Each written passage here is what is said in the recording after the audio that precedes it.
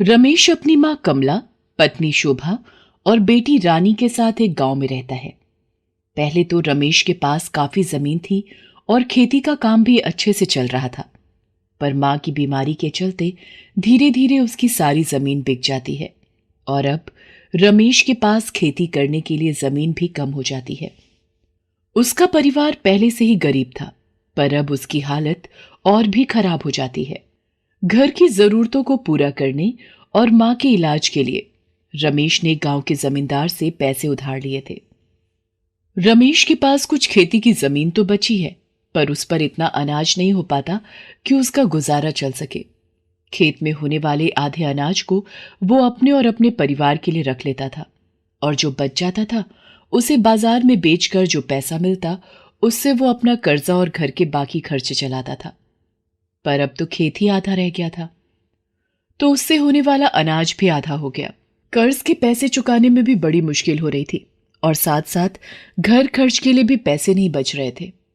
एक दिन जमींदार रमेश को अपने पास बुलाता है और कहता है, रमेश, कर्जे की रकम कब चुकाएगा?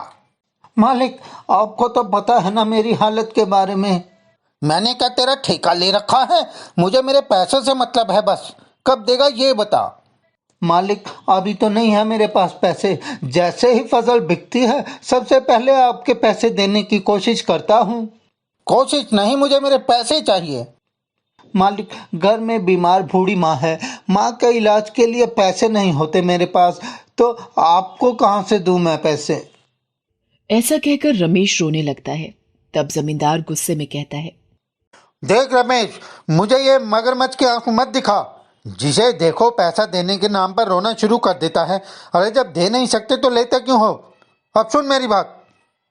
रमेश अपने आंसू पोंछकर उसकी बात सुनता है। अगर 2 महीने में तूने मेरे पैसे नहीं दिए तो मैं तेरा घर और तेरा बचा हुआ खेत तुझसे छीन लूंगा। अब तुझे क्या करना है ये तू सोच ले। पर मालिक, अगर आप हमारा घर ले लोगे तो हम रहेंगे कहाँ? नहीं मालिक, ऐसा मत करिएगा। ऐसा कहकर रमेश जमींदार के पैरों में गिर जाता है। मुझे कुछ नहीं सुनना है। मालिक, आप तो देख ही रहे हैं इस बार बारिश कितनी ज्यादा हो रही है।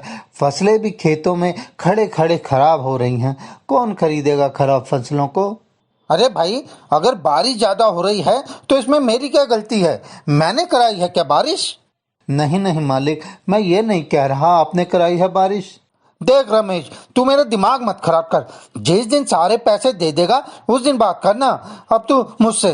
रमेश जमींदार की ये सब बातें सुनकर रोने लगता है और हाथ जोड़कर उसके आगे बैठ जाता है।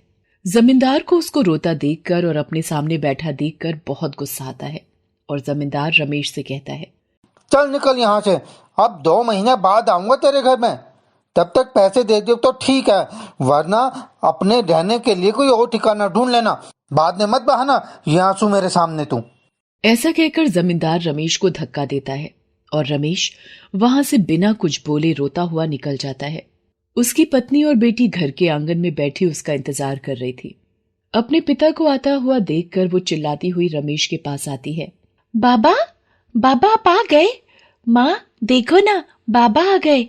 अपनी बेटी को अपनी तरफ आते देखकर वो अपनी आंखों से तुरंत आंसू पोंछ लेता है और कहता है, अरे रानी बेटा, तुम क्या कर रही हो यहाँ? आज तुम अपनी सहेली के घर खेलने नहीं गई क्या?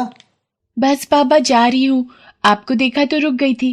बाबा देखो ना मेरे कपड़े कितने खराब हो गए हैं और अब तो सर्दियां भी आने वाली हैं। आप इस बार सर्दी से बचने के लिए मेरे लिए अच्छे से कपड़े ले आना। अपनी बेटी की ये बात सुनकर रमेश डबडबाई आंखों से उसकी तरफ देखकर कहता है, हाँ रानी, बाबा इस बार तुम्हारे लिए सर्दी से बचने के लिए अच्छे कपड़े लेकर आएंगे। शोभा अपने पति रमेश को उसके आंसू पोंछते हुए देख लेती है और समझ जाती है कि जमींदार नहीं माना है। वो रानी को वहां से जाने को कहती है। अरे रानी, देखो बाबा भी थक कर आए हैं, तुम जाओ अपने दोस्तों के साथ खेलो। कब से तुमको बुला रहे हैं बेटा। हाँ माँ, जा रही हूँ, आती हूँ बाबा थोड़ी देर में। ऐसा कहकर रानी वहां से चली जाती है।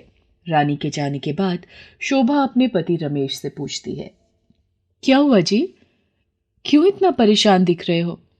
कुछ नहीं शोभा, बस अभी अभी जमींदार के पास से आ रहा हूँ।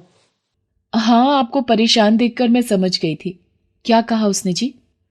और क्या कहेगा शोभा, पैसे मांग रहा था और मेरे पास नहीं है देने को। तो आपने बोला नहीं उसको कि अभी हालात खराब चल रहे हैं, जैसे ही ठीक होते हैं कोशिश करते हैं देने की? मैंने बोला था, मैंने ये भी बोला था, पर नहीं माना इस बार। अच्छा, क्या बोला वो ऐसा जो आप इतना परेशान दिख रहे हो? अगर इस बार मैंने उसके पैसे नहीं दिए तो वो मेरा ये घर और मेरा खेत सब ले लेगा शोभा। और सर्दियां भी आने वाली हैं, हम कहाँ जाएंगे ऐसे में? कुछ भी समझ नहीं आ रहा शोभा, कुछ भी। ऐसा कहकर रमेश की आंखों में आंसू आ जाते हैं। अपने पति की आंखों में आंसू देखकर शोभा रमेश के कंधे पर प्यार से थपथपाते हुए कहती है, आप चिंता मत करो जी, सब ठीक हो जाएगा। हमने कभी किसी का बुरा नहीं चाहा, तो भगवान इतना निर्दयी कैसे हो सकता है हमारे साथ? आप देखना, कोई ना कोई हल तो निकल ही आएगा तब तक। रमेश की मां कमला अंदर पलंग पर लेटे लेटे रमेश और कमला की बातें सुन रही थी। वो रमेश को अपने पास बुलाती है। रमेश, ओ रमेश, यहां तो आ जरा। रमेश अपनी मां की आवाज सुनकर अंदर जाता है और कहता है, क्या हुआ माँ? यहां आ बेटा, मेरे पास बैठ। रमेश अपनी मां के पास बैठ जाता है। तब कमला बड़े प्यार से अपने बेटे के सर पर हाथ फेर कर कहती है, तू मेरी चिंता मत कर बेटा, मेरा तो समय आ गया है। पता नहीं कब भगवान का बुलावा आ जाए और मुझे जाना पड़ जाए। शुभ शुभ बोलो माँ, ऐसा क्यों बोल रही हो तुम? देख बेटा, मैंने तेरी और बहू की सारी बातें सुन ली थी।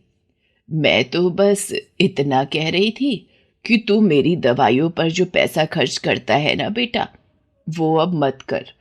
तू अपना कर्ज उतार और ये घर और जमीन बचा। अगर ये भी तेरे हाथ से चला जाएगा तो क्या होगा तुम लोगों का? रमेश चुपचाप सर झुकाए अपनी मां की बातें सुन रहा था। तब वो कहता है, माँ तू ऐसा क्यों बोल रही है? अभी मेरे पास 2 महीने का समय है ना, मैं सब ठीक कर दूंगा। तब तक तू तू देख लेना। चल अब ज़्यादा बात मत कर, और तेरी तबीयत खराब हो जाएगी वरना। और सो जा, किसी चीज़ की ज़रूरत हो तो बुला लेना मुझे। ऐसा कहकर वो भी सोने चला जाता है। कुछ समय बाद बरसात इस बार कुछ ज्यादा ही हो रही थी, तो रमेश की आधी फसल भी खराब हो गई थी। बरसात के बाद अब सर्दियां भी शुरू होने लगी थी और रमेश के 2 महीने भी लगभग खत्म होने वाले थे। पर वो ना तो पैसों का इंतजाम कर पाया था और ना ही ढंग से अपनी मां का इलाज। कमला की तबीयत अब ज्यादा खराब रहने लगी थी, जिसे देखकर रमेश की चिंताएं कुछ ज्यादा ही बढ़ने लगी थी। उसने गांव के कुछ लोगों से पैसे मांगने की कोशिश की, पर कोई भी उसकी मदद करने को तैयार नहीं था। अब सर्दियां भी बढ़ने लगी थीं और रमेश और उसके परिवार के पास सर्दियों से बचने के लिए कोई साधन भी नहीं था। पैसे ना होने की वजह से वो अपनी मां को ठंड से बचाने के लिए कंबल भी नहीं खरीद पा रहा था। अपनी मां को फटे पुराने कंबल में ठंड से कांपते हुए देख उसको बिल्कुल भी अच्छा नहीं लग रहा था, पर वो कर भी क्या सकता था? बेचारा मन मार कर रह जाता। ऐसे ही एक दिन वो अपनी पत्नी से कहता है, शोभा, कैसे होगा अब? कैसे मैं तुम लोगों को बेघर होने से बचाऊं? और ऊपर से ये सर्दियां, कैसे बच पाएंगे हम ठंड से? माँ की हालत तो खराब होती जा रही है, कैसे बचाऊंगा मैं माँ को इस ठंड से? शोभा चुपचाप अपने पति की बातें सुन रही थी। उसको पता था कि कुछ नहीं हो सकता। वो अब अपना घर और जमीन खो देंगे। डबडबाई आंखों से वो कभी अपने पति रमेश को देखती और कभी अपनी बेटी रानी को। रमेश भी चुपचाप बैठकर यही सोचता रहता है कि अब वो क्या करेगा जब उसके पास घर और खेत ही नहीं बचेंगे। ऐसे ही दिन गुजरते गए और फिर एक दिन रमेश के घर जमींदार पहुंच जाता है। जमींदार को वहां आया देखकर रमेश को यह समझने में देर नहीं लगी कि अब उसके और उसके परिवार के साथ क्या होने वाला है। क्यों रे रमेश, हो गया पैसे का इंतजाम? नहीं मालिक। अरे वाह, तुझे पता है ना क्या होगा तेरे साथ अब?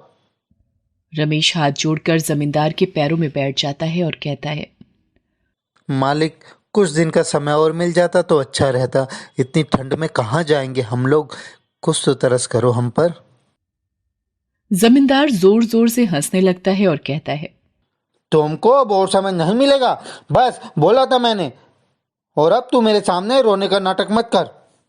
ऐसा कहकर जमींदार अपने आदमियों को इशारा करके उसके घर का सामान बाहर फेंकने को कहता है और जमींदार के आदमी रमेश के घर का सामान बाहर फेंकने लगते हैं। रमेश की बेटी रानी ये सब देखकर डर जाती है और अपनी माँ शोभा से लिपटकर जोर जोर से रोने लगती है। ये देखकर रमेश कहता है, मालिक थोड़ी दया करो मुझ गरीब पर। अपनी बीमार माँ, अपनी छोटी बच्ची को लेकर कहाँ जाऊंगा मैं इतनी ठंड में? मेरी माँ मर जाएगी मालिक ठंड से, तरस करो हम पर। पर जमींदार उसकी एक नहीं सुनता है और उनका सारा सामान घर से बाहर फेंक देता है। रमेश और उसकी पत्नी शोभा रोते रोते अपना सामान इकट्ठा करने लगते हैं और उसकी बेटी रानी अपनी दादी के पास बैठकर अपनी छोटी छोटी आंखों से अपने माँ और बाबा को रोता हुआ देखती है। रमेश अपनी माँ, बेटी और पत्नी के साथ घर के बाहर सड़क पर ही बैठ जाता है। जैसे जैसे रात होने लगती है वैसे वैसे ठंड भी बढ़ने लगती है और चारों ओर कोहरा भी छाने लगता है। ठंड से बचने के लिए उनके पास कंबल भी नहीं थे। जो थे वो भी इस हालत में नहीं थे कि उनसे ठंड से बचा जा सके। रमेश की माँ कमला की तबीयत खराब होने लगी और वो बुरी तरह ठंड से कांपने लगी। रमेश अपनी माँ को ठंड से बचाने के लिए आग जलाता है। उसकी माँ को थोड़ा आराम मिलता है। कुछ दिन ऐसे ही बीत गए और कमला ज्यादा दिन ठंड बर्दाश्त नहीं कर सकी और वो इस दुनिया को अलविदा कहकर चली गई। रमेश पर मानो दुखों का पहाड़ टूट पड़ा हो। उसकी आंखों के सामने उसकी माँ ने दम तोड़ दिया और वो कुछ भी नहीं कर सका। रानी भी ठंड की वजह से बीमार रहने लगी थी। अपनी माँ को रमेश ने खो दिया था, पर वो अब अपनी बेटी को नहीं खोना चाहता था। वो लोगों के खेतों में काम करने लगा और उसकी पत्नी शोभा भी लोगों के घरों में खाना बनाने और साफ सफाई का काम करने लगी। रमेश ने गांव के बाहर ही अपने और अपने परिवार के लिए एक छोटा सा कमरा बना लिया था। ठंड से बचने के लिए अब उसके पास एक छत थी और उसकी बेटी रानी की तबीयत भी अब धीरे धीरे ठीक हो रही थी। पर रमेश को अभी भी मां को खोने का बहुत ही अफसोस था। अपनी इस गरीबी और ठंड की वजह से उसने अपनी मां को खो दिया था।